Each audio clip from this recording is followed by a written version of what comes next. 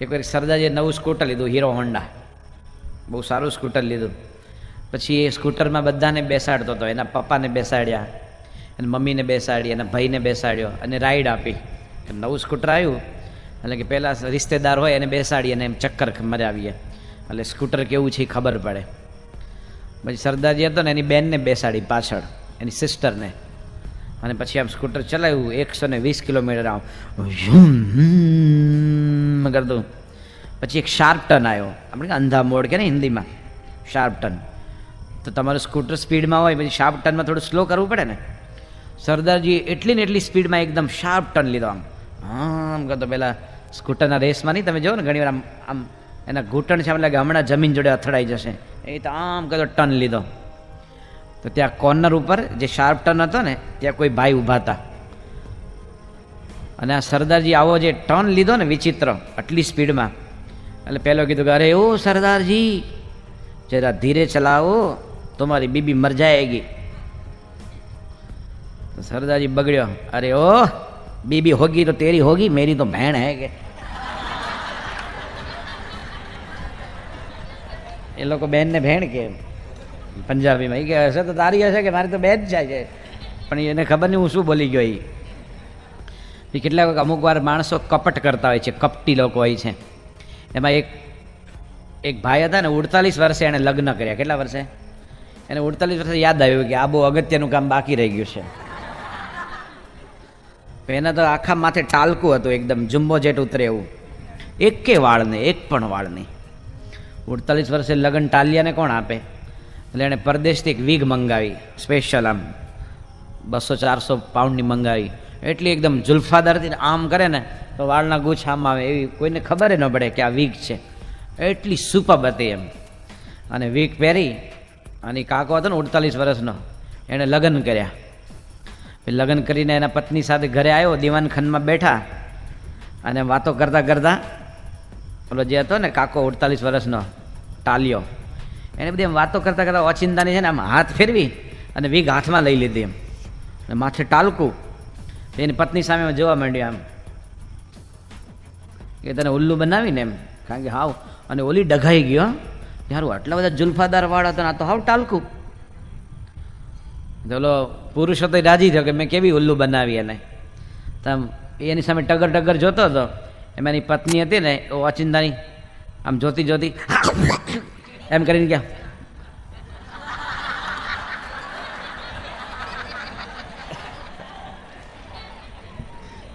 એ બુઢી હતી, એને ડેન્ચર હતા, દાંત પોતાના હતા જ નહીં. એકવાર એક દરબાર હતા, એ ડેન્ટિસ્ટ પાસે ગયા. ડૉક્ટર કે મોઢું ખોલો. ડૉક્ટરે મોઢું ખોલ્યું તો ડેન્ટિસ્ટ કે ઓ બહુ પોલાણ, બહુ પોલાણ. એટલે બાપુ બગડ્યા, હું બેરો નથી, એકવાર બોલો કે. અને ડેન્ટિસ્ટ કે એક જ વાર બોલ્યો, આ તો પડઘો પડ્યો કે.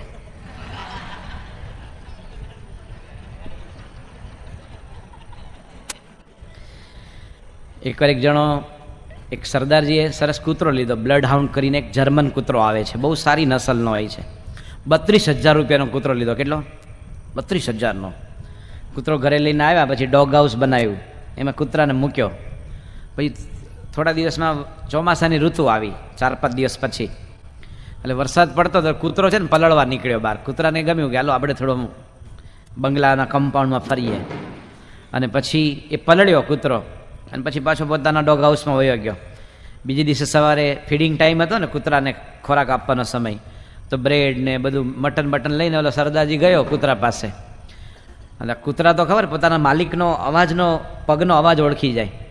આ તો છેક એના ઘર સુધી પહોંચ્યો, ડોગ હાઉસ સુધી. પછી આમ બારણું ખોલ્યું, કૂતરો તો આમ સૂન મૂન પડ્યો હતો, ઠોમી ઠોમી ઠોમી.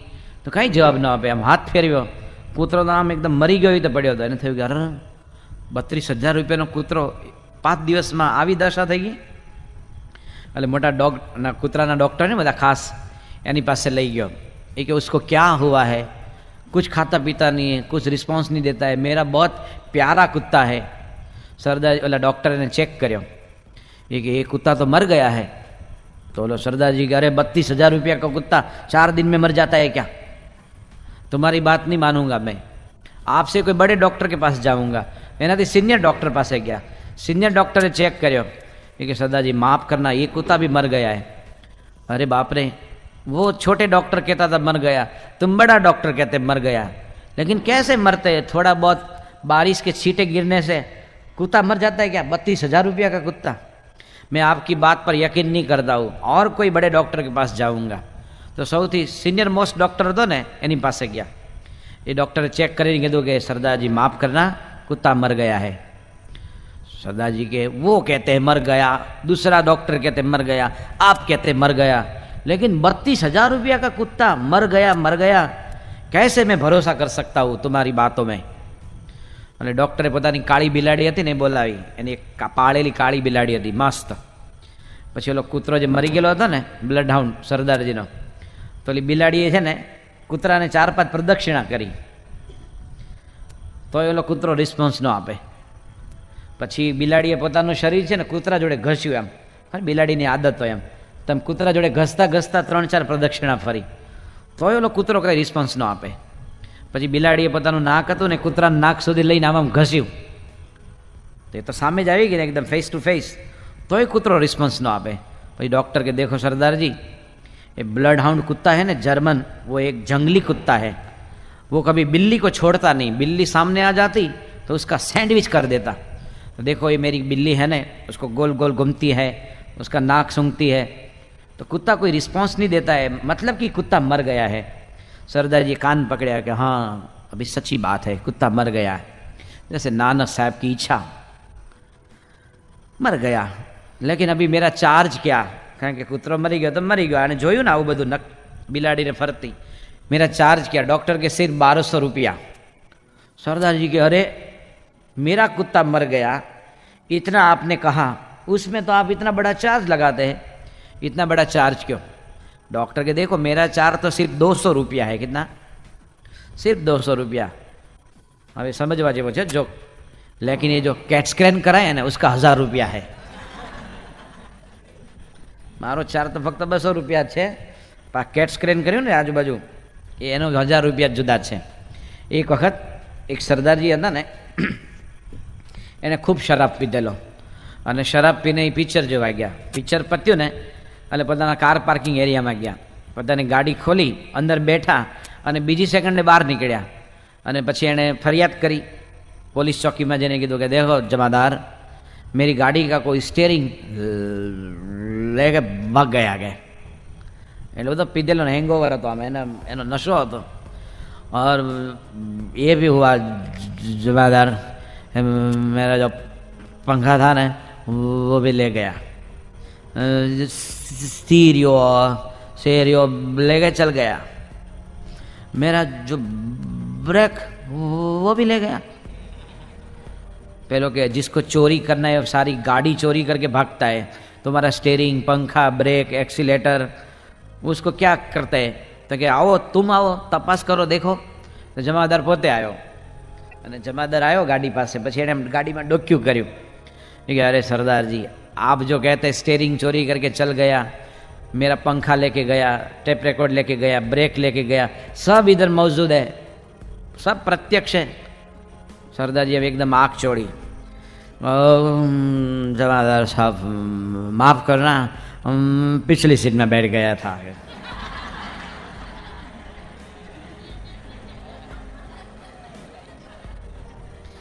પછી દરેક માણસ છે ને પોતપોતાની ભાષામાં જ બોલતો હોય, લગભગ પોતાની વાણીમાં જ બોલતો હોય. એમાં એકવાર એક બહુ મોટો એક સાહિત્યકાર હતો, કવિ, અને કવિ હંમેશા ઇમોશનલ હોય, એને જો સંવેદન અને ફિલિંગ્સ હોય ને તો જ કાવ્ય સર્જી શકે, બાકી ન એને આવડે. એટલે એણે છે ને 42 વર્ષ સુધી તો બધી પોતાની રચના બનાવવામાં જ સમય કાઢ્યો. પછી વળી લગ્ન કર્યા 42 વર્ષે. તો લગ્ન જે કન્યા જોડે કરે એ ઓપરેટર હતી કોઈ ટેલિફોન ડિપાર્ટમેન્ટમાં, અને એણે 38 વર્ષે લગ્ન કર્યા. પછી બંને લગ્ન કરીને પેલો સાહિત્યકાર હતો ને એ તો બધી આમ એકદમ બધું આમ પોએટ્રિકલ બધું કે ને કાવ્યાત્મક ભાષામાં બોલવા માંડ્યો कि तुम मेरी दिल की धड़कन समझेगी और प्यार के पुष्प बिछाते रहेगी, ये करेगी બધું આમ એટલું બધું વર્ણન કરે. પહેલાંને કંઈ સાહિત્યમાં રસ નહીં એની પત્નીને, અને કે तुम ये बनेगी, हमारा मेरा नेत्र का तुम रतन बनकर जिएगी. ને ઓલે તો થાકેલી ને કંટાળી લીધી, લગ્નના દિવસે કંટાળો બહુ હોય, આમ આમ કરો, આમ ઊભા રહો ને તેમ ઊભા રહો ને. તો પેલો આવું બધું સાહિત્ય ભાષામાં બોલતા હતા. એમના પત્ની કહે એ નંબર પર એ સેવા ઉપલબ્ધ નહીં હે.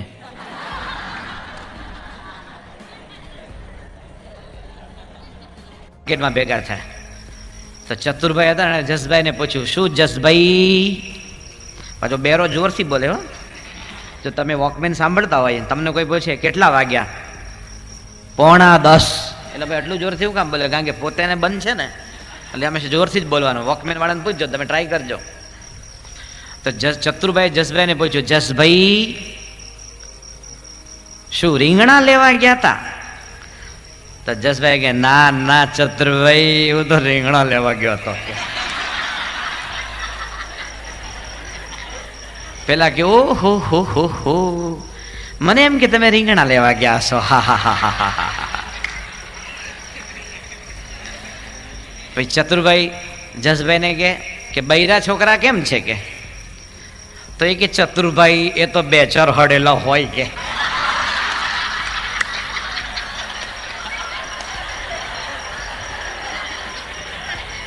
એટલે 2-4 આ બેરા માણસની બધી તમે આવી ગમત જોઈ હશે. કેટલાક માણસ છે ને એ ગુંગણા હોય. કેવા હોય? ગુંગણા. એ લોકો નાકમાંથી બોલે. એટલે કે હું ઠીકા ઠીક કે ફેંકા ફેંક કે અમુક સ્વામી મહારાજે એનું નવના ઈમાં નટનો ને શું જશે ખબર પડી? સંસ્કાર જશે. એને બિચારાના જે પ્રોનાઉન્સિસ કે ને ઉચ્ચાર એ ક્લિયર ન નીકળે ગુંગણા માણસને. આપણે સંતો બેંગ્લોર ભણતા હતા, ભદ્રેશ સ્વામી ને બધા બ્રહ્મદર્શન સ્વામી, તે લોકોની બાજુમાં એક ઓમ પ્રકાશ રહેતો હતો બેંગ્લોરમાં. એ આવો હતો ગુંગણો. તો સંતો પછી આપકા નામ ક્યાં?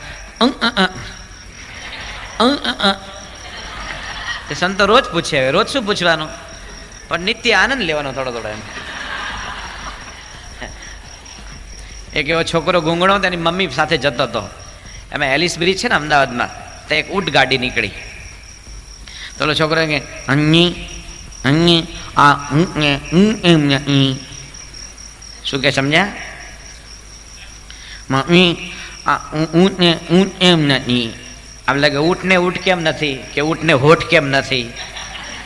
છોકરો એમ પૂછતો કે મમ્મી ઊંટને બૂટ કેમ નથી? તો આપણે બે હરખું જ લાગતું હતું કે ઊંટિયો થોડો કે પહેરે નાઇકના બૂટ, એ તો એમ જ હાલતો હોય. તે ગુંગણા માણસની એક સરસ મજાની ગમત. એક કાકા હતા ને ઈચ્છારામભાઈ, આ બાજુ નામ હોય છે બધા સાઉથમાં અમુક. આપણે એક નીછાભાઈ હતા. એમ વલસાડ, બોમ્બેથી વલસાડ સુરત આવતા હતા. એમાં વલસાડ સ્ટેશન આવ્યું ને તો વલસાડના ચીકુ વખણાય. એટલે ચીકુનો એક ફેરિયો હતો, ચીકુ વેચનારો. એને ડબ્બો પસંદ કર્યો અને ડબ્બામાં ચડ્યો. અને ચીકુવાળો કેવો હતો? ગુંગણો. એ ગેલ્યો લેવા રૂપિયાના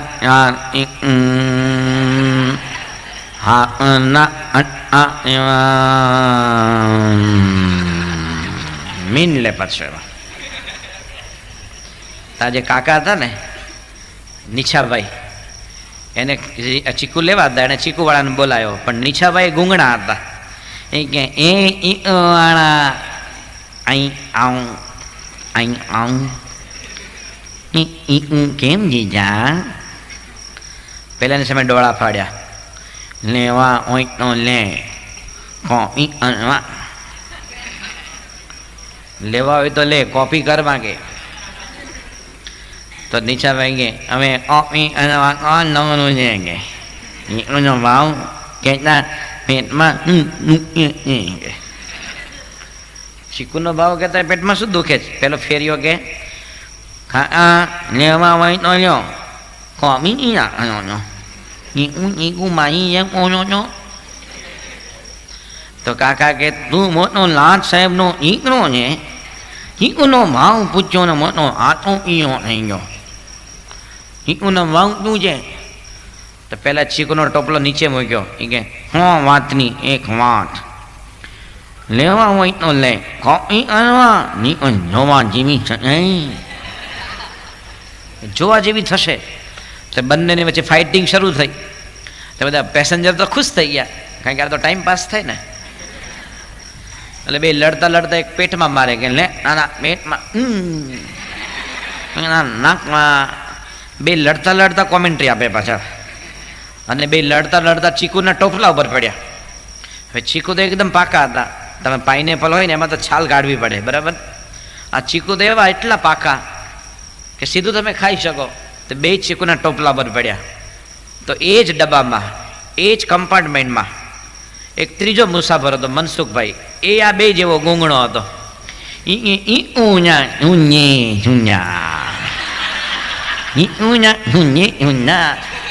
મિયામાર કે બિયાબાર કે ઓલા બે લડતા હતા ને એ છૂટા પડ્યા. પછી એનો કાટલો પકડ્યો મનસુખનો કે હું અમારી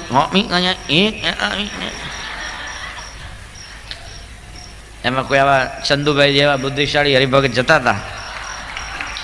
એને ત્રણેયને છૂટા પાડ્યા કે હું આવો, તમે ત્રણેય ગૂંગણાવો છો, તમે કોઈની કોપી નથી કરતા, કે આ તમને નેચરલ ફોલ્ટ છે કે કુદરતી ભગવાનની ખોટ છે કે આપેલી તમને. અને માંડ છૂટા પાડ્યા, નહીં તો એ ઝઘડો છે ને ચાલતો જ રહે. એમ દુનિયામાં જે ઝઘડા ચાલે છે એનું કારણ શું છે કે આપણે અભિમાની હોઈએ તો આપણી દુનિયા કેવી લાગે? અભિમાની લાગે.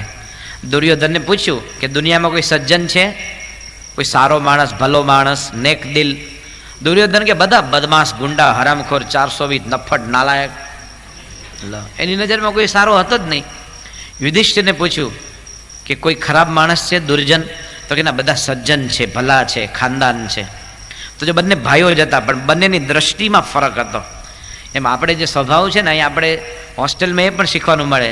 આપણે ઘરે તો એકલા રૂમમાં રહેતા હોય, પણ 3 જણા ભેગા હોય ને, એમાં કેટલાક અલગ અલગ ટેવ હોય. કેટલાક આમ કરતો હોય કામ વિનાનો, અને કેટલાકને જાત જાતની ટેવ હોય. બધા અલગ અલગ હોય ને, પ્રકૃતિવાળા તો અલગ અલગ હોય. એની વચ્ચે તમે સેટ થાવ એટલે આપણે બહુ વિશેષ મજા આવે. તો આપણા સ્વભાવ છે એનો આપણે દુઃખ આપે છે, તો આપણે રોજ ભગવાનને પ્રાર્થના કરવી, સત્સંગ સમજીને પણ સ્વભાવ ટાળવાનો પ્રયત્ન કરવો. હવે કેટલાક આપણે થોડા ઘણા જોક્સ પણ સાંભળીએ. પણ આજે મેં તમને કીધું પેલા શિયાળિયાની કથા, એમ આપણે ગમે એટલા ભણેલા ગણેલા સુટેડ બુટેડ થઈએ, પણ હું થઈ જાય અને પછી શું થાય? આપણને દુઃખ મળે. તો ભગવાનને એ પ્રાર્થના કરવી પડે કે અમારી સ્વભાવ લાળી ન કરે. એવું ન થાય કે તમે નારાજ થાવ, તમે કુરાજી થાવ, એવું ન થાય એના માટે આપણે પ્રયત્નશીલ રહેવું પડે. હવે થોડા ઘણા આપણે સરદારજીના પાછા જોક સાંભળીએ.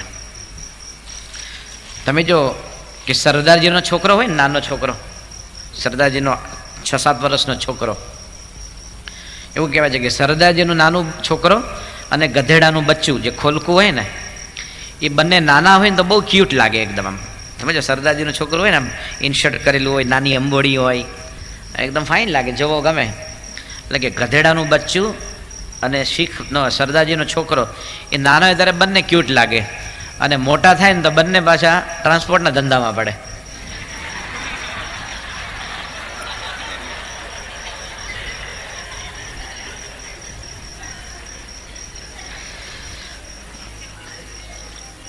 એકવાર એક મિનિસ્ટર હતા ને, એ પોતે આમ ગાડીમાં જતા હતા, અને ખુલ્લો રોડ છે ને આપણે વડોદરાથી આમ વાસદ સુધીનો, એકદમ આમ સારો રોડ જોયો.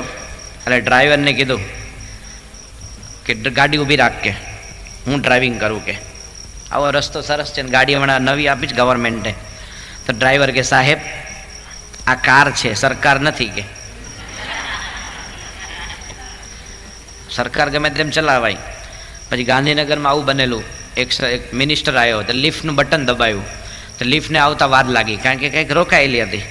1.5 મિનિટ મોડી આવી, એમાં તો ઓલાની ટાંકી ફાટી, અને લિફ્ટમેને જે ફાયરિંગ આપી, જે ઠપકો આપ્યો, છેક 4થે માળે ગઈ ને લિફ્ટ, ત્યાં સુધી ઠપકો આપતો જ રહ્યો એને, આવો છે ને તેવો છે ને.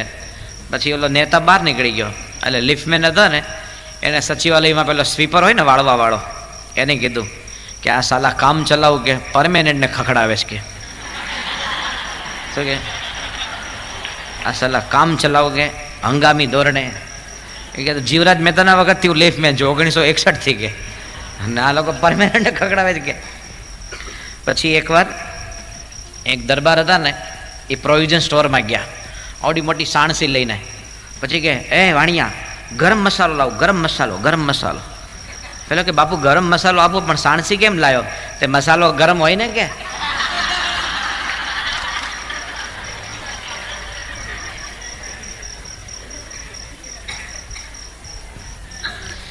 એક બહુ સરસ મજાનો જોક ખુશવંતસિંહે લખેલો. જ્યારે ઇન્દિરા ગાંધીના વખતમાં બહુ જ મોંઘવારી વધેલી એક સમય, તો ખુશવંતસિંહનો જોક હતો, એને આખા વર્ષનો જોક ઓફ ધ યર, એટલે કે વર્ષનો શ્રેષ્ઠ જોક એને કહેવામાં આવેલો. એ જોક એવો હતો કે સરદારજી હતા ને એ માછલી ઘરે લાવ્યા, પછી એના પત્નીને કે ચાલ ઉસકો ફ્રાય કર દો, કે એટલે કે તળી લે. એના પત્ની કે લેકિન ઘર મેં તેલ નહીં હૈ, તેલ જ નથી કે. તો કે અચ્છા, તો પછી એને કે તું બાફી નાખ, એવું કીધું. તો કે આપણે ઘરમાં ગેસ જ નથી કે. તો કે ભૂંજ દો, એટલે કે શેકી નાખ. તો કે લકડી બી નહીં હે, કોયલા બી નહીં હે. સરદારજી કે જો તું બધામાં નાના કહીશ ને પછી માછલી ફેંકી આવીશ કે સમુદ્રમાં પાછી. એની પત્ની કે ચાહે એમ કરો, હું શું કરું? કે તેલ નથી, ગેસ નથી, લાકડા નથી, કોલસા નથી. એટલે સરદારજી દરિયા કિનારે ગયો અને માછલી ફેંકી દરિયામાં. જેવી ફેંકીને તો બીજી સેકન્ડે માછલી છે ને એને દરિયામાંથી મોઢું બહાર કાઢ્યું. ઇન્દિરા ગાંધી જિંદાબાદ.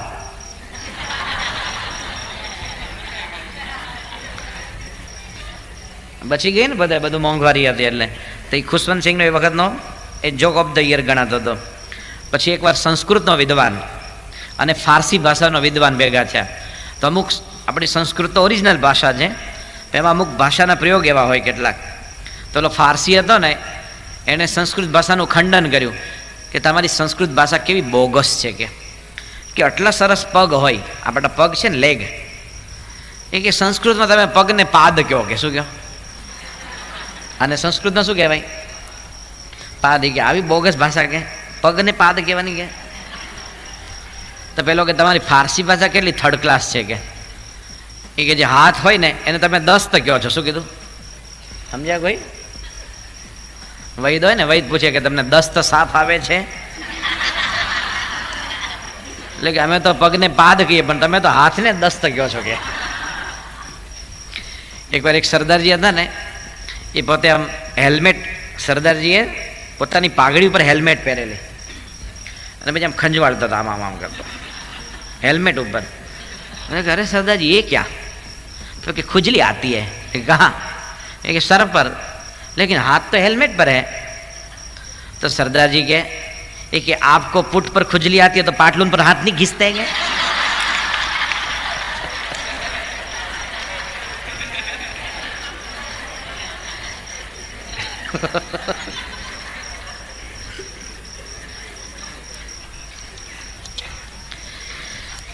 આપણો વડોદરાનો એક જોક હતો, એટલે આમ તો બનાવેલો જ છે કે વડોદરામાં બેંક ઓફ બરોડાની હેડ ઓફિસ ગણાય ને, બેંક ઓફ બરોડા. એમાં એક ભાઈ હતા કોઈ કૌશિક કરીને, તેની બદલી લખનઉ થઈ અને બહુ સારી પોસ્ટ ઉપર હતા. તો જ્યારે લખનઉ જતો હતો તો બધા એના ફ્રેન્ડ્સે કીધું કે જો કૌશિક, અહીંયા તો વડોદરા તો આપણું ઘરનું કહેવાય, એટલે તો ગુજરાતી ફેક ફેક કરતો હતો, પણ ત્યાં હિન્દી શીખવી પડશે. લખનઉ તો કે કેપિટલ ગણાય ઉત્તર પ્રદેશનું, ઉત્તર પ્રદેશનું કેપિટલ લખનઉ છે. અને લખનવી હિન્દી છે ને એ બહુ રીચ હોય એકદમ.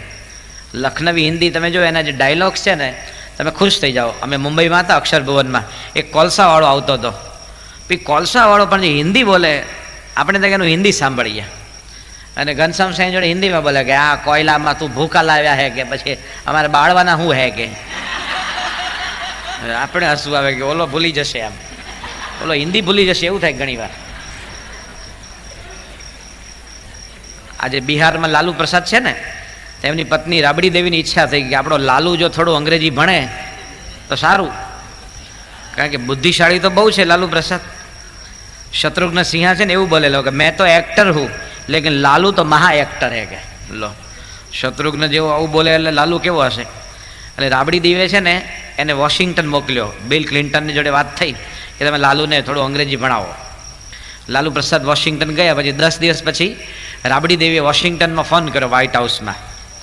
તો સામે ફોન ઉચક્યો તો રાબડી દેવી કે હલો લલવા. લાલુ પ્રસાદ લલવા કે હલો લલવા. તો સામેથી કે નહીં મેં બિલવા બોલતા હું કે.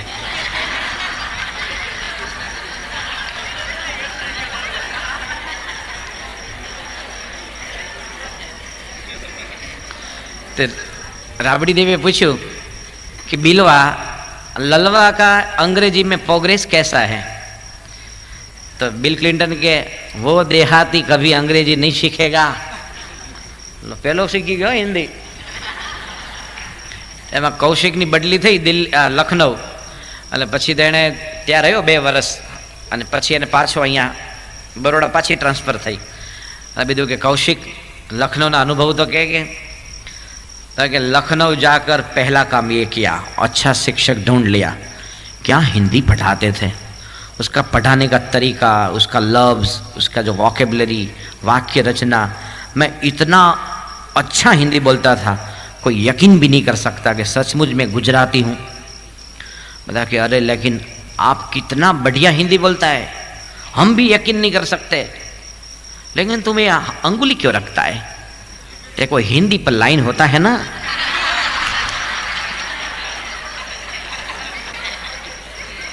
नाम हम बोले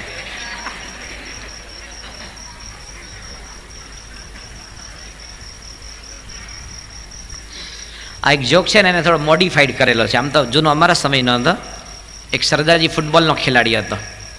फूटबॉल में वच्चे आ पेलू थोड़ो रेस्ट टाइम होय ने, ब्रेक पड़े, एम सरदारजी आम लॉन पर सूतो तो एम कोई त्या माणस गयु, पछी एने पूछ्युं कि आर यू रिलेक्सिंग?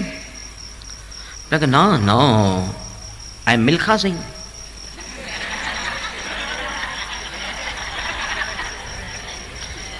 ये तो सूतो ज रह्यो। तो एक बीजो माणस आयो, एने पूछ्युं कि are you relaxing? Oh not at all I am Milkha Singh. અને પાછો એકદમ પડ્યો રહ્યો, કારણ કે થાકેલો બિચારો। એવું કહે છે ફૂટબોલની જે મેચ હોય ને એમાં કહે છે જો એક 45 મિનિટ હોય ને ફૂટબોલનું પહેલું, એમાં જો દોડવાનો હોય તો એક ખેલાડી લગભગ 6 થી 7 કિલોમીટર દોડતો હોય છે, એટલું બધું આમથી આમ દોડવાનું હોય છે। એટલે થાકીને લોથપોથ થઈ ગયેલો। તો એક ત્રીજો માણસ આવ્યો, એણે પૂછ્યું કે are you relaxing? Oh my God I am not relaxing I am Milkha Singh. એ ઊભો જ થઈ ગયો કે આ બધા મારું નામ બદલી નાખશે કે। પછી આગળ ગયો તો એક બીબીસીનો એક વિડીયો, પેલું ફોટોગ્રાફી માટે વિડીયો કેમેરામેન હતો, અને એ પણ આ શૂટિંગ કરી, અને આપણી હિન્દુસ્તાનની ગરમી ધોળિયાઓને બહુ ગમે, એટલે એ છે ને સનટેન લેતો હતો એ ધોળિયો, કેમેરો બાજુમાં મૂકી। તો મિલ્ખા સિંહ ત્યાં ગયો, એને પહેલાં ધોળિયાને પૂછ્યું કે આર યુ રિલેક્સિંગ? એટલે કે ઓ ऑफकोर्स आई एम रिलैक्सिंग। तो मिल्खा सिंह के 3 आदमी कब से आपको ढूंढता है के।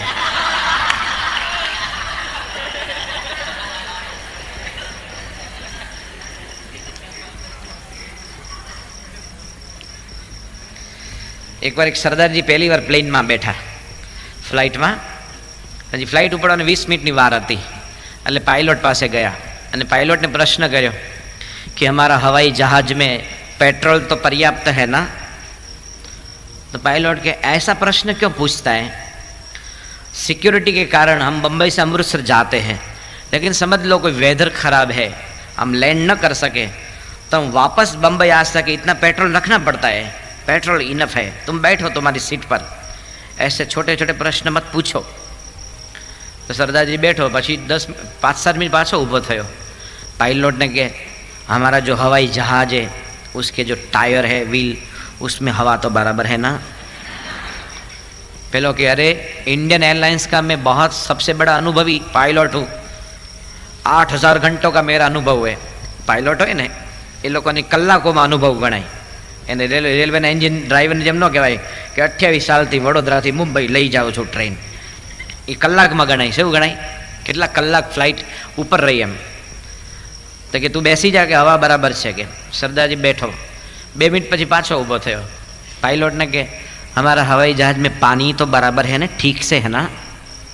ने पहला टाकी फाटी, अरे पेट्रोल है कि नहीं, हवा है कि नहीं, पानी है कि नहीं, तू बेवकूफ़ है, छोटे छोटे प्रश्न क्यों पूछता है?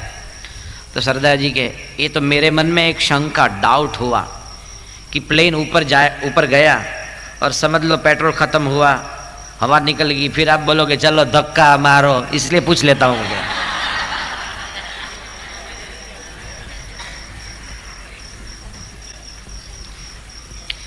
एक काका था, एक गीता मंदिर थी नवरंगपुरा जता था अमदावाद में। અને બસમાં એટલી બધી ગીર્દી કે બધા જામ પેક હતા. એમ તે કાકા એ બિચારા ઊભા ઊભા જતા હતા, આમ પછી હેન્ડલ પકડી આમ જતા હતા.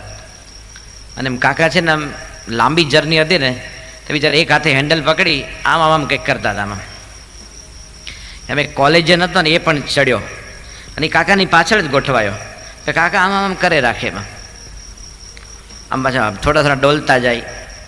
એટલે પેલા છોકરાએ પૂછ્યું, કાકા તમે શું કરો છો? કે એ કે તું કર ને, તને મજા આવશે બૈલા. એટલે છોકરાએ આમ આમ શરૂ કર્યું. 2 મિનિટમાં એ યુવાન કંટાળ્યો. એ કે કાકા મને તો મજા નથી આવતી. કે એ કે ઓ ભગવાન, આજના યુવાનોમાં ધીરજ જ નથી, ધીરજનો અભાવ છે. હું અડધો કલાકથી કરું છું ત્યારે મને મજા આવે છે, 2 મિનિટમાં કંટાળી ગયો. ચાલુ રાખ, ચાલુ રાખ. છોકરાએ આમ ચાલુ રાખ્યું. 2 મિનિટમાં કંટાળ્યો. ઓ કાકા, હું બોર થાઉં છું, કે મને મજા નથી આવતી. કે કાકે કે ભાઈ સાહેબ, હું વડીલ છું, મારું સાંભળ, તને મજા આવશે, ચાલુ રાખ, ચાલુ રાખ.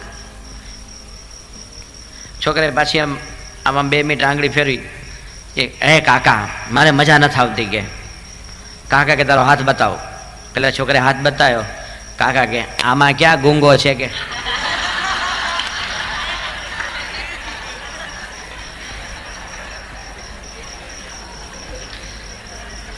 ગુંગો હોવો જોઈએ ને. કે એકવાર એક સંગીતની સભા હતી અને એમ એક ગાયક હતો ને, બેસુરો હતો. આપણે અમારા સંગીતમાં એવી કહેવત છે કે યદી તાલ ગયા તો બાલ ગયા, લેકિન સૂર ગયા તો શીર ગયા. એ ગાતા ગાતા હું તાલ ચૂકી જાઉં. માનો કે કેરવો છે એ 8 માત્રાનો છે. ધાગે નતી નક્ક ધીના, દાદરો હોય ધા ધીનના ધા તીનના, રૂપક હોય તીન તીનના ધીનના ધીનના, 7 માત્રાનો છે. તો હું ગાતા ગાતા તાલ ચૂકું તો સમ તો પાછો આવવાનો જ છે. કેરવો 8 માત્રાનો છે કે 7નો નહીં થઈ જાય, 9નો ન થઈ જાય. તો કે તાલ ગયા તો બાલ ગયા, લેકિન સૂર ગયા તો શીર ગયા. કેટલાક છોકરા એવા હોય કે એમ બેઝમેન્ટથી ગાવાનું શરૂ કરે અને ભજન પતે ત્યારે અગાસીમાં હોય. અને ખબર પડી તમને? વાલા રૂમમાં ઝુમા કરતા કાન મારે ઘેર આવો, એ મારા પૂરા ઘર. ક્યાંનો કેમ પહોંચી ગયો? ઉપાડ્યું ક્યાંથી ને શરૂ ક્યાંથી થયું? અમારે એક શંકર કવિ હતા. શંકર કવિ છે ને, આ બધા સંતો તો બધા ઓળખે, કોઠારી સ્વામી, દિવ્ય સ્વરૂપ સ્વામી. એ શંકર કવિ ગાતા ને તો એનો અવાજ છે ને 4થી કાળી 5મી કાળીનો હતો. અને ગામમાં ગાય પછી ગાતા એટલે ઓહો શું એનો અવાજ હતો. શાસ્ત્રી મહારાજે એમના કંઠ ઉપર હાથ ફેરવેલો, કંઈ નહીં થાય. તો એ શંકર કવિ ગાતા હતા ને એ એટલી ઊંચેથી ગાય, નારાયણ સ્વરૂપ સ્વામી અંતરયામી નમો કર જોડી, ઓ નમો કર જોડી. પછી બધા આગળ બેઠા ને બાબા, એ ડોહા ભજન ઝીલો. કે એ ઝીલે તો મરી જાય એટલા ઊંચેથી ગાવા જાય તો. કેટલો મોટો અવાજ! અને ત્યાંથી ગાવાતો છે એ તે જ ગાઈ શકતા હતા. એમ કેટલાક બેસુરા હોય કે એને સૂરનું ખબર ન પડે. સૂર છે ને એ સંગીતમાં એકદમ કે ને પ્રધાન છે, રાષ્ટ્રપતિ જેવું છે. સૂર છે ભલે હાર્મોનિયમ હોય કે ન હોય, તાનપુરો હોય કે ન હોય, પણ સૂર તો ગળામાં રહેલો છે. આ તો ઇન્સ્ટ્રુમેન્ટ છે, શું છે? સાધન ગણાય. તે ઘણા ગાતા ગાતા બેસુર થાય. એક માણસ હતો ને એમ ગાતા ગાતા ઘણું બધું ગાયું પણ બેસુરું ગાતો હતો. તો એક ડોસીમાં એની પાસે આવ્યા કે બેટા સારું ગાયું, પણ આના કરતા તું રેડિયામાં તો બહુ સારું ગાય છે. કે તો આર્ટિસ્ટ કે હું રેડિયામાં જે ગાઉં છું ને એ જ મેં ગાયું, તો તને રેડિયામાં શું સારું લાગ્યું? કે ડોસીમાં કે પણ રેડિયો બંધ થાય.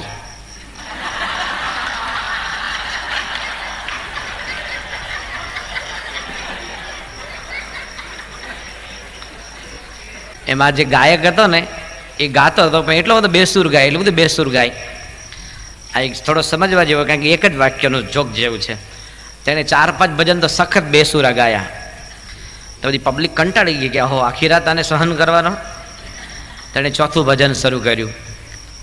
બહુત દૂર બહુત દૂર દૂર જાઉંગા, બહુત દૂર. તે પ્રેક્ષક હતો ને એ કે શુક્રિયા શુક્રિયા.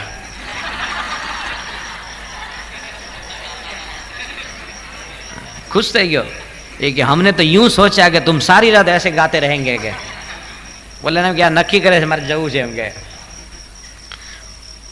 એકવાર 3 ગપ્પીબાજ ભેગા થયા એ કે કાશ્મીરમાં કઈ ઠંડી પડે કે ભાઈ 6 ધાબળા ઓઢો સ્વેટર પહેરો અને ધાબળા એટલે કે અમારે અસલ કે જે પશ્મીનો ઊન આવે છે ને એના અમે પહેરીએ તોય ઠંડી કે હટે નહીં કે ડિસેમ્બરમાં એટલી ઠંડી તો ઇંગ્લિશમેન હતા ને જે બ્રિટનનો એ કે ઓહ એ તો ઠંડી કહેવાય કે અમે તો વરંડામાં કે પાણી ભરીને ડોલ મૂકીએ ડોલમાં પાણી ભરે ને તો કે સવારે ઉઠીએ ને તો બરફ થઈ ગયો એ તો નેધરલેન્ડનો હતો ને હોલેન્ડમાં ત્યાં તો બહુ છે બધું પશુ વિભાગ ઉદ્યોગ બધો ડેરી પ્રોડક્શન નેધરલેન્ડનો કે ઓહ એ તો ઠંડી કહેવાય કે અમે તો ગાયને દોવા જઈએ ને તો સીધો આઈસ્ક્રીમ બહાર નીકળે કે તો નોર્થ પોલનો હતો ને ઉત્તર ધ્રુવમાં રહેતો હતો એ કે 6 ધાબળા ઓઢ્યા ઓલો કે પાણી છે એ બરફ થઈ જાય આ કે અમારે સીધો બરફ દૂધની જગ્યાએ આઈસ્ક્રીમ નીકળે આ તો કે ઠંડી છે કે અમારા નોર્થ પોલમાં કે ટાઈપ રાઇટર હોય ને ટાઈપિંગ અમે ટાઈપ કરતા હોઈએ એમાં WATER વોટર ટાઈપ કરીએ ને તો છપાઈને IC નીકળે કે WATER વોટર ટાઈપ કરીએ અને નીકળે તો IC નીકળે બહાર કે એનું નામ ઠંડી કહેવાય. એકવાર એક સરદારજી હતા ને એ આ પણ થોડો મોડિફાઈડ થયેલો જોક છે. બહાર નીકળ્યા અને કેળાનું છિલકું જોયું, કેળાની છાલ. સરદારજી કે અરે યાર ફિર સે ખિસક ના પડેગા કે.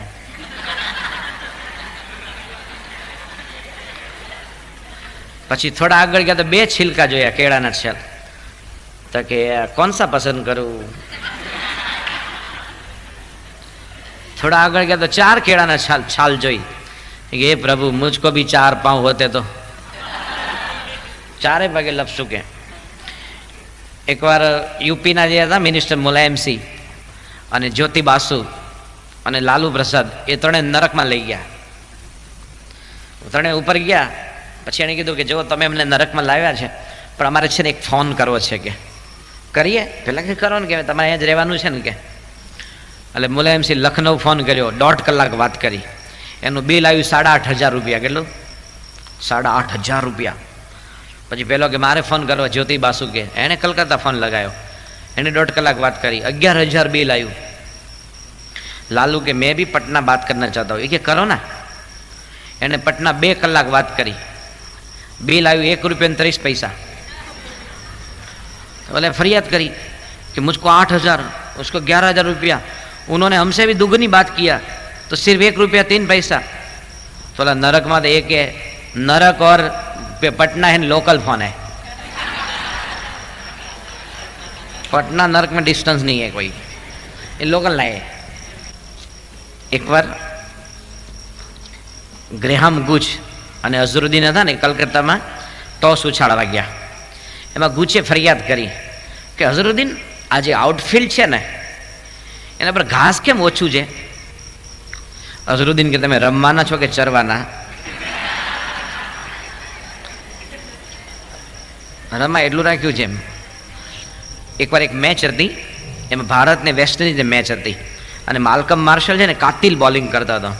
તે 3 રનમાં 4 વિકેટ ગુમાવી દીધી. એટલે પછી કોમેન્ટ્રી આપતો એણે જાહેરાત કરી આમ સ્ટેડિયમમાં બધા હોય ને ભૂંગળા कि अभी अभी हिंदुस्तान की शान खतरे में है, 3 रन में 4 विकेट गंवा दी, न जाने अंजाम क्या होगा. तो जो कोई भी राष्ट्रभक्त हो जिसके हृदय में हिंदुस्तान के लिए गौरव है तो वो भी क्रिकेट खेल सकता है क्योंकि भारत की शान बचाना ज़रूरी है. एक सरदार जी उभा थया ये कि हम तो बॉर्डर पर भी हिंदुस्तान की शान की रक्षा करता है, इधर भी शान की रक्षा करना है. ગ્રીન રૂમમાં ગયો, એણે બધું પોતે બધું પહેરી અને પોતે ક્રીઝ ઉપર આવ્યો. અમ્પાયર પાસે ગાર્ડ લીધું, લેગ સ્ટમ્પ ઉપર એનું બેટ મૂક્યું, અમ્પાયર એમ પરફેક્ટ આપ્યું. પછી એને ફિલ્ડિંગ જોઈ ચારે બાજુ, બધા લાગે હારો હોશિયાર લાગે, પ્રોફેશનલ લાગે છે. પછી માલ્કમ માર્શલ દોડ્યો અને એક દડો ફેંક્યો, સુપર દડો હતો. પણ આ સરદારજી આઉટ ન થયો. એ બધા કે વાહ વાહ વાહ, પાપી પાપી કરીને બધા ખુશ થઈ ગયા. એટલે બીજો દડો ફેંક્યો તોય આઉટ ન થયો. તો બધા ગણપતિ બાપા મોરિયા ઓમ ચિંતા આખા સ્ટેડિયમમાં બધા બૂમ બરાડા પાડવા માંડ્યા. પછી ત્રીજો દડો ફેંક્યો તોય આઉટ ન થયો. બધા તો ઊભા થઈને આમ બ્યુગલ ને એના હાથમાં જે ડ્રમ ને જે કંઈ હોય ને એ વગાડવા માંડ્યા, મેરા દેશ મહાન, વાહ વાહ, ટીંગ ટકા ટીક ટકા ટીક ટકા ટકા, જાત જાતના અવાજને ઘોંઘાટને શોર બકોરને. અને માલ્કમ માર્શલ ચોથો દડો ફેંકવા જતો હતો. સરદારજી કે અબે એ ઓલ્લો કે પઠ્ઠા ઇધર આ કે. હવે એને ખબર નહીં કે આને હિન્દી નથી આવડતું. એ કે અબે ઇધર આ, तुम धीरे धीरे चलकर तुम्हारे बॉलिंग मार्ग तक जाता है वो तो मैं समझा, तुम तेजी से दौड़ कर आता है वो भी मैं समझा, तू बॉल फेंकने के लिए हाथ घुमाता है वो भी मैं समझा, लेकिन गेंद क्यों नहीं फेंकता है.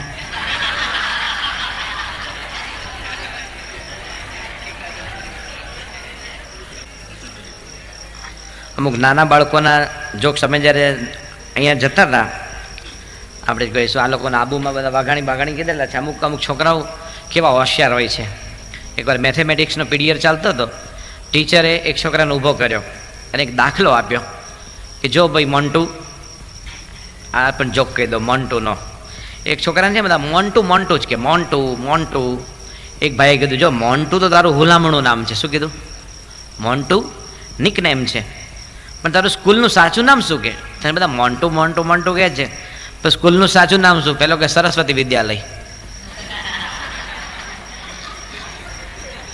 ટીચરે છોકરાને ઊભો કર્યો. એ હું તને એક દાખલો આપું છું કે મારી પાસે 24 ઈંડા છે. કેટલા? 24. એક ટોપલીમાં 8 ઈંડા મૂકું, એકમાં 6 મૂકું, બંનેનો ટોટલ કેટલો થાય? પેલો છોકરો કે પણ સાહેબ ખોટું બોલો છો કે. સાહેબ કે ખોટું નથી બોલતો, મેં તને દાખલો આપ્યો કે 24 ઈંડા છે, એક ટોપલીમાં 8 ઈંડા મૂકું, એકમાં 6 મૂકું, બંનેનો સરવાળો કેટલો થાય? તો મોન્ટુ કે પણ સાહેબ તમે તદ્દન ખોટું બોલો છો કે. ટીચર કે આ હિસ્ટ્રીનો પીરિયડ નથી. ઈસ્ટ ઇન્ડિયા કંપની ક્યારે શરૂ થઈ? 1616 જ લખાય, બરાબર ને? તમે 1615 ન લખાય ને 1614 ન લખાય. તો કે તારે જવાબ આપવાનો છે. જો સમજ, મારી પાસે 24 ઈંડા છે, એકમાં 8 ઈંડા મૂકું, બીજામાં 6 મૂકું, ટોટલ કેટલો થાય? તો છોકરો કે પણ શું સાહેબ ખોટું વાલમવાલ ખોટું બોલો છો કે. ટીચર કે ખોટું કેવી રીતે બોલું છું? પણ સાહેબ ઈંડા તો મરઘી મૂકે, તમે ક્યારથી મૂકો કે.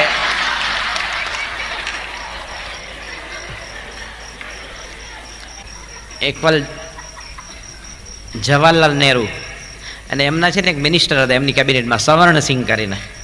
એ બંને આમ જતા ટ્રેનમાં, અને એ વખતે કે એર કન્ડિશન હતું નહીં, ફર્સ્ટ ક્લાસના ડબ્બા હોય. એક એન્જિનથી ત્રીજો હોય ને બીજો છેલ્લેથી બીજો હોય, 2 જ ડબ્બા હોય, આગળ ને પાછળ. એમાં જવાહરલાલ નહેરુ છેલ્લા ડબ્બામાં હતા, છેલ્લેથી બીજા ફર્સ્ટ ક્લાસના ડબ્બામાં. એક સ્ટેશન આવ્યું, જવાહરલાલ નહેરુ અપર બર્થ હતી ને જે સૌથી ઉપરની, ત્યાં નોવેલ વાંચતા હતા અને સવર્ણસિંહ બારી આગળ બેઠો હતો. એમના કૃષિ મંત્રી, એગ્રીકલ્ચર મિનિસ્ટર હતા એમની કેબિનેટમાં. એટલે નહેરુએ કીધું કે સવર્ણસિંહ એ સ્ટેશન કા નામ બતાવો ના. એટલે સવર્ણસિંહ બારીમાંથી જોયું કે નહેરુ સાहब એ તો કાપા સિટી હૈ. એટલે પહેલાં તો કે ભાઈ રાજુલા સિટી, જાફરાબાદ સિટી, એ બધી ઘણી બધી સિટી હોય છે, એમાં એક સિટી હશે કાપા સિટી. એટલે કે નહેરુએ કંઈ આશ્ચર્ય બતાવ્યું નહીં, સાંભળી લીધું સ્ટેશનનું નામ. 1 કલાક જર્ની પછી બીજું સ્ટેશન આવ્યું. તો કે સવર્ણસિંહ નામ बताऊंगा? એ કે હા ક્યો નહીં. પાછું આમ જોયું બારીમાંથી, સાहब નહેરુ સાहब ये भी कापा सिटी है. નહેરુ થઈ ગારું બહુ શેર લાંબુ પાડું છે, કલાક પછી પણ શેર પૂરું નથી થતું. પછી બીજી 2 કલાક જર્ની આગળ ચાલી. 2 કલાક જર્ની પછી ત્રીજું સ્ટેશન આવ્યું. નહેરુ કે સરદારજી એ સ્ટેશન કા નામ बताओगे? એ કે હા. એટલે એણે નીચું વળીને જોયું, સાहब ये भी कापा सिटी है. નહેરુ થયું ગારું આ 3.5 કલાકથી કાપા સિટી પૂરું જ નથી થતું. એ નીચે ઉતર્યા. એણે ડબ્બાના બારણા પાસે જઈને જોયું તો સામે છે ને પાણીની ટાંકી હતી. કારણ કે રેલવેમાં જે પ્લેટફોર્મ પર વોટર ટેન્ક હોય ને એના પર જે લખ્યું હોય ને ક્ષમતા, કેપેસિટી, CAPACITY, તો એ સવર્ણસિંહ દર વખતે એ ટાંકી ઉપર જો એ જ વાંચતા હતા, કાપા સિટી, કાપા સિટી, કાપા સિટી. નહેરુ કે ચાલો ભગવાનનો આભાર, નીચે ઉતરીને ચેક કર્યું, નહીં તો દિલ્હી સુધી કાપા સિટી ચાલુ રહેત. એ જ ડબ્બો સામે આવતો હતો. હવે આપણે એક નવી મિમિક્રી, તમે જો કે જે જૂના વિદ્યાર્થીઓને ખબર હશે, તો આ મિમિક્રીમાં પણ થોડો જે આગળ તમને બોધ આપ્યો એવો બોધ છે. આપણે તમે જે અષ્ટક બોલો છો, તો આપણે તો ફક્ત જન્મ્યા કૌશલ દેશ વેશ મહાધ્યાનાભ્યાસમ શ્રીમન નિર્ગુણ મૂર્તયે, જેનું નામ રટ્યા થકી વાણી અમૃતથી ભરી શોભો સાધુ ગુણે સદા, આટલું બોલીએ છીએ. પણ આપણા જે સ્વામિનારાયણ ભગવાનના જે વખતમાં સંતો થયા, જે ભૂમાનંદ સ્વામી, બ્રહ્માનંદ સ્વામી, દયાનંદ સ્વામી, દેવાનંદ સ્વામી, મંજુકેશાનંદ સ્વામી, પ્રેમાનંદ, મુક્તાનંદ, સુખાનંદ સ્વામી, કૃષ્ણાનંદ સ્વામી, નિષ્કામાનંદ સ્વામી, આ બધાએ લગભગ 25,000થી વધારે ભક્તિ પદો બનાવ્યા. કેટલા? અને બધા આપણી પાસે મળ્યા પણ નહીં, કારણ કે વચ્ચેનો સમય એવો હતો કે એને આપણે સાચવી ન શક્યા, ફાટી ગયા, ખોવાઈ ગયા, એવું પણ બન્યું. છતાં આજે પણ આપણી પાસે અસંખ્ય ભક્તિ પદો છે. તો સ્વામિનારાયણ ભગવાનની વિશેષતા કેવી હતી કે એક જ મૂર્તિ એમની, અને એમને જોઈને બધાની અલગ અલગ કલ્પના. ભગવાનની મૂર્તિ જોઈને, માનો કે શ્રીજી મહારાજના નેત્રો છે, તો નેત્રો માટે તમે વર્ણન જુઓ. દેવાનંદ સાંઈ શું લખે છે? નાથના નેણમાં વાલાના વેણમાં કાનના કેણમાં મનડું વેંધાણું છે મારું રે હો નાથના નેણમાં. આંખો જાદુગારી પ્રેમની પટારી, આંખો જાદુગારી પ્રેમની પટારી, કાનાની કટારી, કાનાની કટારી, મનડું વેંધાણું છે મારું રે હો નાથના નેણમાં. તો જો શ્રીજી મહારાજની નેત્રોનું વર્ણન આ દેવાનંદ સાંઈ લખ્યું. એક ભજન તમે વારંવાર સાંભળો છો. બિહારી થારી અખિયા અજબ જાદુગારી, બિહારી થારી અખિયા અજબ જાદુગારી, જાદુગારી અખિયા થારી, જાદુગારી અખિયા થારી, બિહારી થારી અખિયા અજબ જાદુગારી. આ ભજન તમે સાંભળ્યું. પ્રેમાનંદ સ્વામી એક પદમાં એવું લખ્યું છે, અખિયા મેં જાદુ ભરી गिरधारी राज अखिया में जादू भरी, गिरधारी राज अखिया में जादू भरी, और जादू भरी जादू भरी जादू जादू जादू भरी रे अखियां में जादू भरी. तो जो महाराज ની મૂર્તિ એક જ, પણ અલગ અલગ સંતો જે મહારાજના નેત્રો પર ભજન બનાવ્યા છે એ બધા હજારોની સંખ્યામાં બનાવ્યા છે. એમાં એક ભજન એવું છે કે ભજનમાં ભગવાનના નેત્રનો મહિમા છે. એ ભગવાનને કહે છે કે ભગવાન આપણે શું પ્રાર્થના કરીએ છીએ ઠાકોરજી પાસે કે કૃપા દ્રષ્ટિ રાખજો. શું કહીએ છીએ? મુસ્લિમો શું કહે? એ ખુદા રહેમ નજર રાખજો. બરાબર? તો એકનું એક જ છે બધું. આપણે કૃપા દ્રષ્ટિ માગીએ, એ લોકો રહેમ નજર માગે. તો ભગવાનની દ્રષ્ટિમાં કેવો જાદુ છે કે જો ભગવાન આપણી સામે એકવાર જુએ ને તો એ આપણી આખી જિંદગી નીકળી જાય.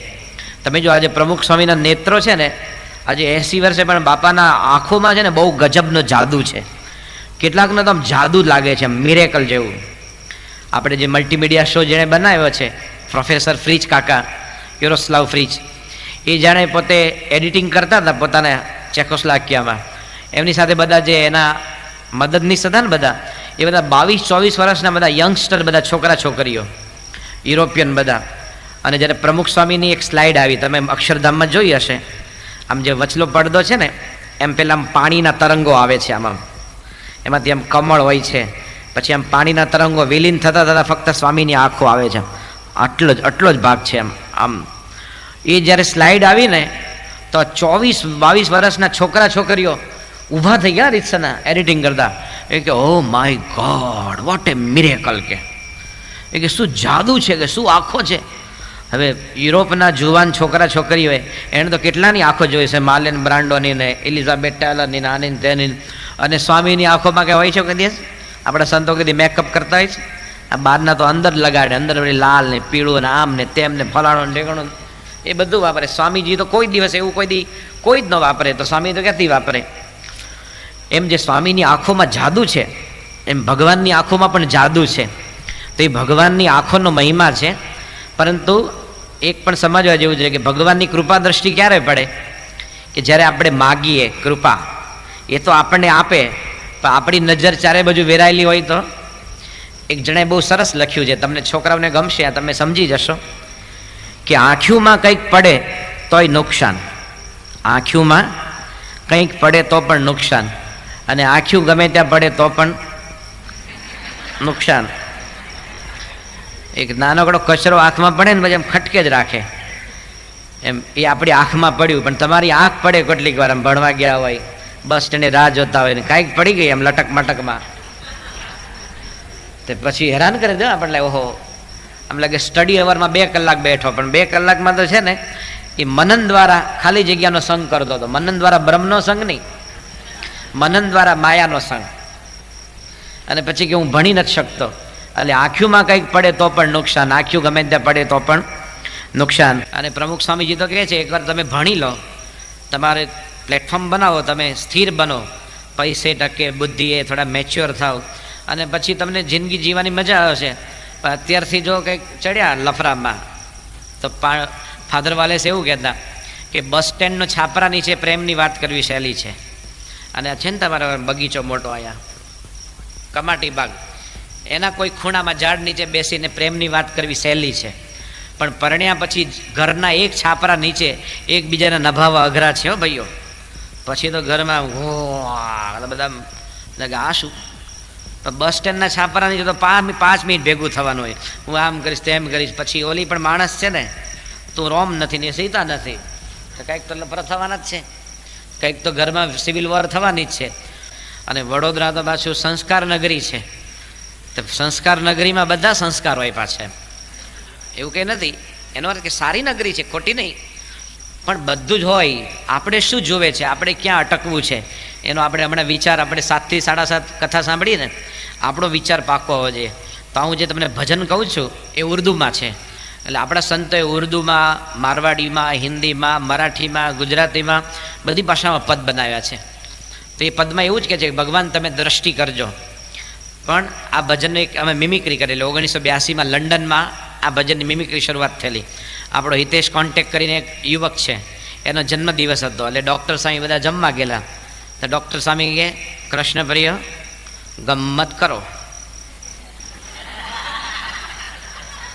પછી એ વખતે આ ગમ્મત શરૂ થયેલી, તે હજી એવરગ્રીન જેવી છે, કે મૂળ તો અંદર મજા આવે એવું છે.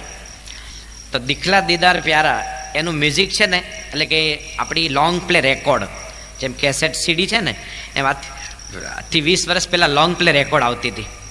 એનું મ્યુઝિક દિલીપભાઈ ધોળકીએ આપેલું, એને HMV કંપનીએ બહાર પાડેલી, હિઝ માસ્ટર્સ વોઇસ. એટલે દિલીપભાઈ ધોળકીયાના સોંપવામાં આવ્યું, તો દિલીપભાઈને થયું કે ભાઈ આટલા બધા માણસો છે, હું સીધું કમ્પોઝ કરું એના કરતાં બહુરત્ન વસુંધરા છે, કંઈક ને કંઈક સારું મળી આવે તો પ્રયત્ન કરીએ. એટલે દિલીપભાઈ ધોળકીયાએ ભજન લઈ અને સૌ પ્રથમ પહેલાં વહેલા એ પ્રાણલાલ વ્યાસની પાસે, પ્રાણલાલ જોશી પાસે ગયા, રાજકોટમાં છે ને, તમે એનું ભજન સાંભળ્યું હશે કે મારે પાણીયા થઈને પૂજાવું રે ઘડવૈયા, મારે ઠાકોરજી નાથ થાવું, ઘડવૈયા મારે ઠાકોરજી નાથ થાવું. આ કોનું ભજન છે? પ્રાણલાલનું. દિલીપભાઈ કે તમે આ કમ્પોઝ કરો કે દિખલા દીદાર. તે પ્રાણલાલ તો બિચારા કાઠિયાવાડી ગાયક, એને કંઈ કાનડા કે પ્રકાર, કાનડા છે ને દરબારી કાનડા, પછી ઘણા બધા કાનડાના પ્રકાર છે, તોડી શુદ્ધ તોડી, દેશી તોડી, ગુર્જરી તોડી, બહાદુરખાની તોડી, મિયાકી તોડી, એને વાયા વિરમ ગામ, એને તો બધું ઝીંચક ઝીંચક ઝીંચક એક જ તાલ હોય. ધીન્ના ધીન્ના કતિન્ના કત્તા કે ગામના પટેલ ઝાકતા રેજો તકડા તકડા તકડા તકડા, બીજો કંઈ તાલ હોય જ નહીં. એટલે પ્રાણલાલે શરૂ કર્યું, દિખલા દીદાર પ્યારા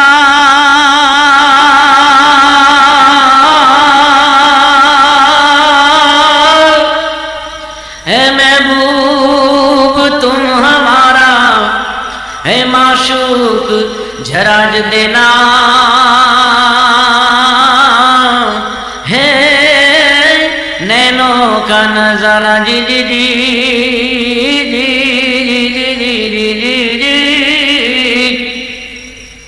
દિલીપભાઈ કે પણ આ ઉર્દુ ભજનના શબ્દોમાં જીજી જીજી જીજી ચાલે? કદી ચાલે? તમે જગજીતસિંહની ગઝલ સાંભળતો એમાં કદી જીજી જીજી સાંભળ્યું છે? દેર લગી હૈ આને મેં તુમકો શફક ધનુક મહેતાબ જીજી જીજી જીજી જીજી જીજી જીજી કદી કરે છે?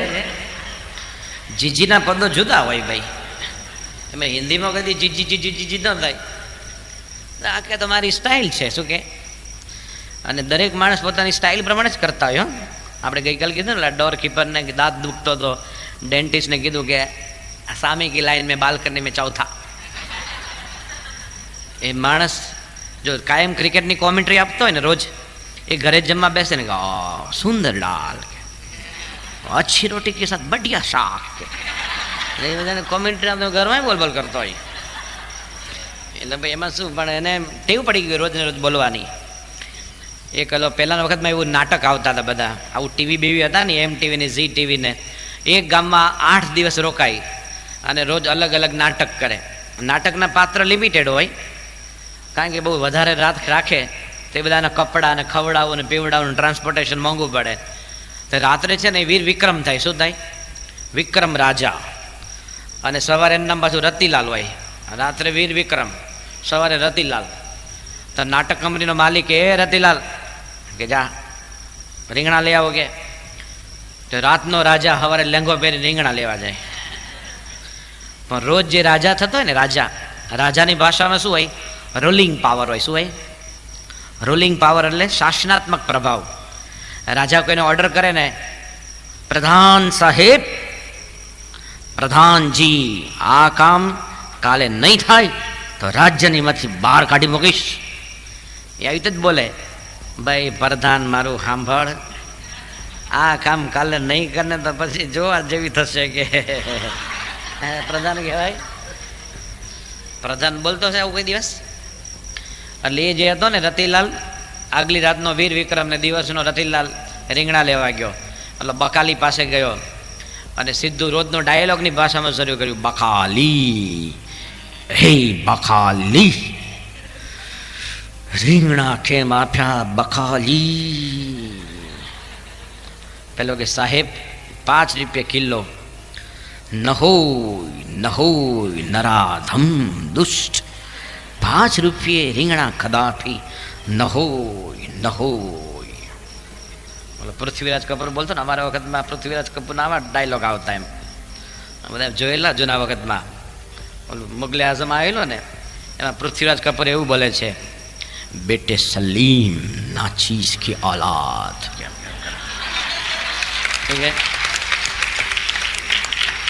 જોરથી ડાયલોગ બોલે છે. અમે જમનાદાસ ભેગા થયા ને હંમેશા બોલે, જમનાદાસ હજી બોલે, ना चीज की औलाद सलीम, तुमने एक अनारकली के साथ मोहब्बत करके मुगल सल्तनत की इज्जत मिट्टी में मिला दिया है. बोले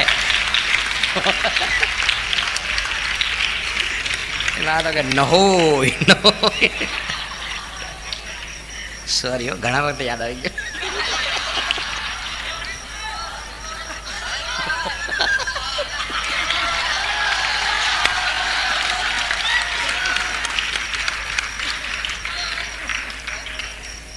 તો પછી પેલો બકાલી હતા ને, એને કીધું તો કે 5 રૂપિયા ન હોય નરાદમ. તો કોઈ એને કે બકાલી જોડે આવું બોલાય? ન પોસાય તો બીજે જા. એમાં ન હોય નરાધમ દુષ્ટ, એમ રોજ જે બોલતો હોય ને એને શાકભાજીવાળા જોડે આવી જાય. એમ પ્રાણલાલ વ્યાસે પોતાની સ્ટાઇલમાં ભજન રજૂ કર્યું. પછી દિલીપભાઈને થયું કે હવે શું કર્યું, એકદમ મુકેશ કુમાર જીવતા હતા અને અમારા સમયમાં 3 ગાયકોની મોનોપોલી હતી, મુકેશ, રફી અને કિશોર કુમાર. એ લોકોની તોલે કોઈ ન આવે અને એની કોઈ જગ્યા કોઈ પૂરી નથી શક્યું. આપણે કે ને બધાની રિપ્લેસમેન્ટ થાય છે. અત્યારે બધા 17 ગાયકો ફૂટી નીકળ્યા, પણ આની કોઈ જગ્યા પૂરી શકે છે? એ કોઈ જુદા જ હતા. એટલે મુકેશની પાસે ગયા. એટલે મુકેશ કે જો મારી સ્ટાઇલ પ્રમાણે ગાઉં છું. એટલે એણે શરૂ કર્યું, દિખલા દીદાર પ્યારા મહેબૂબ તુમ હમારા, દિખલા દીદાર પ્યારા. દિલીપભાઈ કે આ તો મરસ્ય જેવું લાગે છે. આ ભજનના શબ્દો તો જુઓ કે માશુક જરા દે દેના નૈનો કા નજારા, ઇતને મેં તો હોએગા આશકુના ગુજારા. કે ભગવાન આપણી સામે એક વાર દ્રષ્ટિ કરે એમ આખી જિંદગી નીકળી જાય એવું જે કેફનું ભજન છે. અને તમે તો રોતલ શૈલીમાં શરૂ કર્યું કે ભાઈ મારી સ્ટાઇલ તો આ જ છે. એટલે એમની પાસેથી ભજન લઈ લીધું. એમ તો કે કરવું શું. પછી ફરતા ફરતા છે ને સારંગપુરમાં ગયા. આપણે સારંગપુર મંદિર છે ને, તો સંગીતમાં અમુક ઘરાના હોય છે. ઘરાના એટલે તમને સમજાવું, ફક્ત મ્યુઝિકલ ભાષામાં કહું છું. જેમ તમે એન્જિનિયરિંગ કરો છો એમાં ફેકલ્ટીઝ હોય ને, ઇલેક્ટ્રિકલ હોય, મિકેનિકલ હોય, બરાબર, ઇલેક્ટ્રોનિક્સ હોય, સિવિલ હોય, કેમિકલ હોય. એમ મ્યુઝિકમાં માનો કે અહીંયા ફયાંસકા સાહેબ હતા જે ગાયકવાડ સરકારને ત્યાં, એ પોતે આગ્રા ઘરાના, રંગીલા ઘરાના કહેવાતો. અને ફયાંસકા સાહેબની ગાયકી એવી હતી કે એમાં વેલ્વેટ વોઇસવાળા ન ચાલે.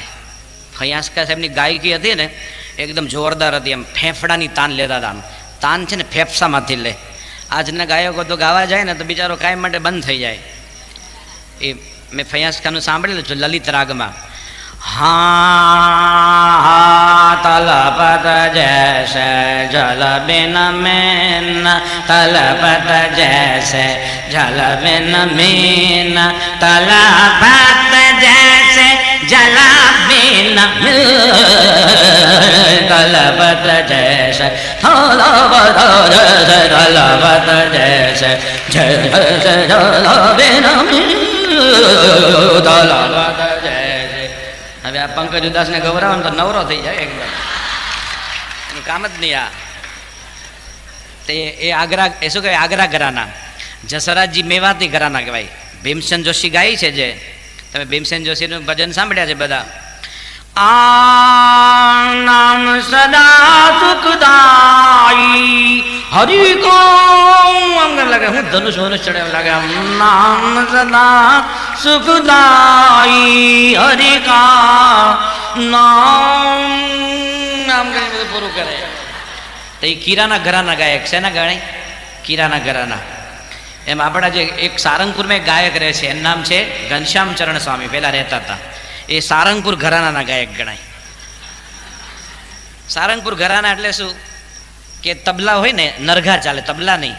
એમાં આ જે ડગો છે ને ખોળામાં રાખવાનો અને આમ વગાડવાનો, ટકડ ટકડ ટકડ ટકડ. અને જ્યારે ઘનશ્યામ બાપા ભજન ગાય ત્યારે ઝાકીર હુસેન ન ચાલે, અલા રખાર ન ચાલે, શામતા પ્રસાદ ન ચાલે, અનિંદો ચેટર્જી ન ચાલે, ફક્ત કૃષ્ણ વલ્લભ સ્વામી જ ચાલે. બીજો તબલાવાળાને ફેંકી દઈએ. એટલે દિલીપભાઈએ ઘનશ્યામ બાપાને કીધું કે ઘનશ્યામ બાપા તમે આ ભજન છે એ તમે ગાશો? તો ઘનશ્યામ બાપા કહેવાય દિલીપભાઈ બહુ ઉંમર થઈ બધું બહુ થઈ ગયું.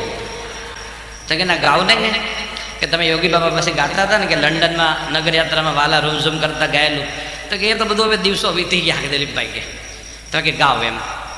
એટલે ઘનશ્યામ બાપાએ છે ને ભજન હાથમાં આપ્યું. એટલે ઘનશ્યામ બાપાએ શરૂ કર્યું, બોલો સહજાનંદ સ્વામી મહારાજની જય, અક્ષર પુરુષોત્તમ મહારાજની રાઉન્ડ ધ વિકેટ. એ રીતે બોલ્યા, ગોળ ગોળ જય બોલાવે. પછી કોઈ સંત સ્વરૂપ એના હાથમાં કરતાલ આપી ગયા. એ કરતાલ વિના ન ગાઈ શકે, અને ઇન્સ્ટ્રુમેન્ટ જેમ એટલે કહે ને કે એલા ગુલામ મુસ્તફાના હાથમાં સ્વર મંડળ આપવું પડે તો જ ગાઈ શકે, એમ કરતાલ આપી ગયા.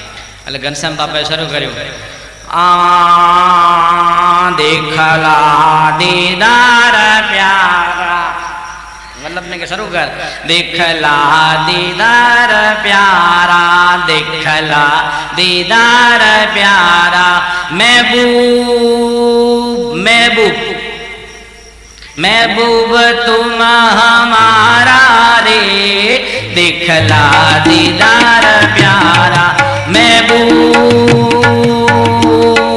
महबूब महबूब महबूब महबूब महबूब महबूब चलते करे, दिखला दीदार प्यारा, दिखला दीदार प्यारा, महबूब महबूब। बापा हवा भरो શું કે એને સંતો કે ઘર से बापा हवा भरो, महबूब महबूब महबूब महबूब महबूब महबूब तुम हमारा रे, दिखला दीदार प्यारा, दिखला दीदार प्यारा, दिखला दीदार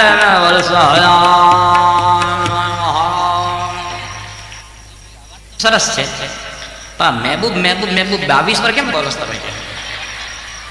અને આ ભજનની રેકોર્ડમાં તો ફક્ત 4 મિનિટ ને 2 સેકન્ડની જગ્યા છે. આ તો તમે મહેબૂબ મહેબૂબ 2.5 મિનિટ લઈ લો છો. બાબા કે તો થયું આપણી ગાયકી હતી, ચાલો જય સ્વામિનારાયણ. કોઈ કીધું હવે તમારો ધક્કો ન થાય, અહીંયા બીજા ગાયક છે અને સંતોને ભણાવે છે, એની પાસે જાઓ. એટલે અક્ષરે સ્વામી પાસે ગયા, એ બેઠા હતા, એમનો દરવાજો ખખડાયો. અક્ષર સ્વામી કે કોણ? કે દિલીપભાઈ. કે આ ખોલું છું. એટલે દિલીપભાઈ આવ્યા, એટલે બેસાડ્યા. દિલીપભાઈ કે અક્ષરે સ્વામી કે તમે આ ભજન કે બહુ સરસ તમે ગાઓ છો, ત્યારે કમ્પોઝ કરો. તો અક્ષરે સ્વામી કે પણ હમણાં કે મને આમ આ બધું આમ ભણાવવામાંથી એ બધું આમ જે છે ને આમ થોડો આમ સમય ઓછો રહે છે, આમ કરતો. કે ના પણ તમારે કે ના તમે ગાઓ કે. એટલે એમણે શરૂ કર્યું,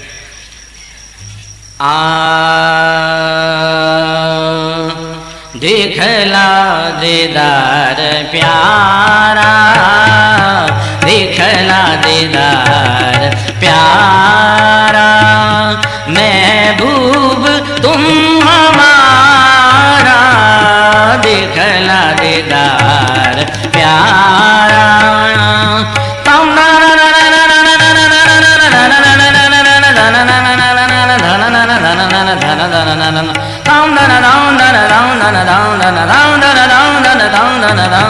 दिखला दीदार प्यारा, सानि धनी रम सानि धनी रम सानि धनी रम, दिखला दीदार सगम धनी सानि रम ग सा, सानि रम ग सा, सानि रम ग सा, दिखला दीदार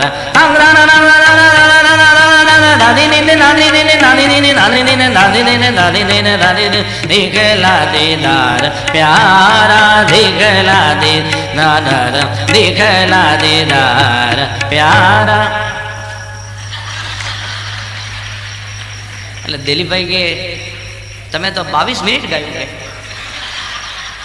વચ્ચે તો કે દિલીપભાઈને ત્યાંથી ઊભા કરી ચા નાસ્તો કરાવી ગયા, પછી પાછા આવ્યો તો ચાલતું હતું. એ કે એક સાઈડમાં 22 મિનિટ કુલ છે, તમે એકલા લો છો, હવે શું કરવું? અક્ષર સાંઈ તો પછી આપણે બંધ રાખો કે ચાલો હા ભાઈ હાલો ક્લાસમાં આવી જાઓ. કે કીધું કે અહીંયા નારાયણ મુનિ સ્વામી છે ને, સંતોની કીર્તન આરાધનામાં કોમેન્ટ્રી બહુ સરસ આપતા હતા, એની પાસે જાઓ કે એનો અવાજ બહુ મીઠો છે. તો નારાયણ મુનિ સ્વામી પાસે ગયા. તો નારાયણ મુનિ સ્વામી કે મને ગાતા ન આવડે. તો કે તમે આખા કીર્તન આરાધનાને કંડક્ટ કરતા હતા અને 200 આરાધનામાં સાથે ફર્યા છે, એટલે સૂરનું જ્ઞાન તો હોય જ. કે તો તમે બોલો. નારાયણ મુનિ સ્વામી આમ ચશ્મા ચડાવીને શરૂ કર્યું, हे दिखला दीदार प्यारा, दिखला दीदार प्यारा, महबूब बापा, बापा महबूब तुम हमारा बापा.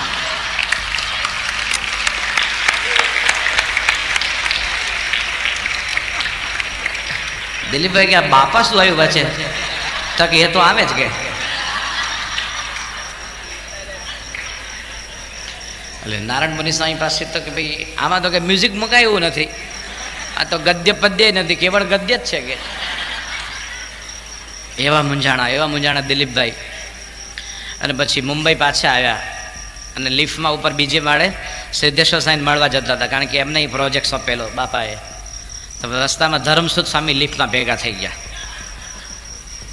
તો ધર્મસુદ સાંઈ એક સાથે 3 પ્રશ્ન પૂછે.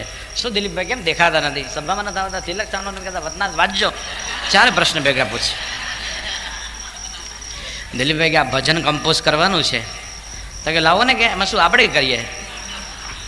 તો એમને હાથમાં આપ્યું. ધર્મસુદ સાંઈ કે કેટલા ઘનફૂટમાં કરવાનું છે.